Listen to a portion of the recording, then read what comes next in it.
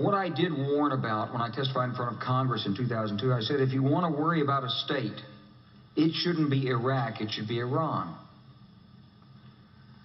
But this government, our administration, wanted to worry about Iraq, not Iran.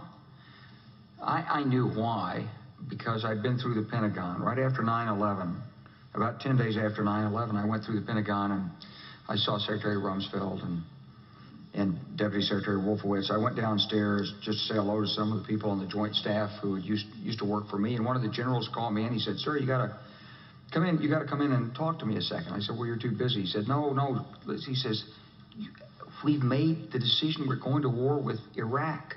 This was on or about the 20th of September. I said, "We're going to war with Iraq. Why?" He said, "I don't know." He said, "I guess they don't know what else to do."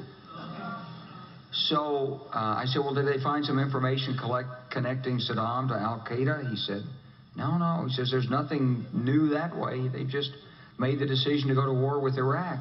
He said, "I guess it's like we don't know what to do about terrorists, but we've got a good military and we can take down governments." And he said, "I guess if the only tool you have is a hammer, every problem has to look like a nail."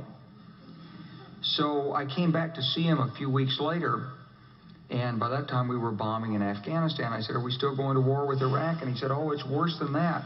He said, he reached over on his desk, he picked up a piece of paper, and he said, I just got this down from upstairs," meaning the Secretary of Defense's office today, and he said, "This is a memo that describes how we're going to take out 7 countries in 5 years, starting with Iraq and then Syria, Lebanon, Libya, Somalia, Sudan, and finishing off Iran." I said, "Is it classified?" He said, "Yes, sir." I said, "Well, don't show it to me."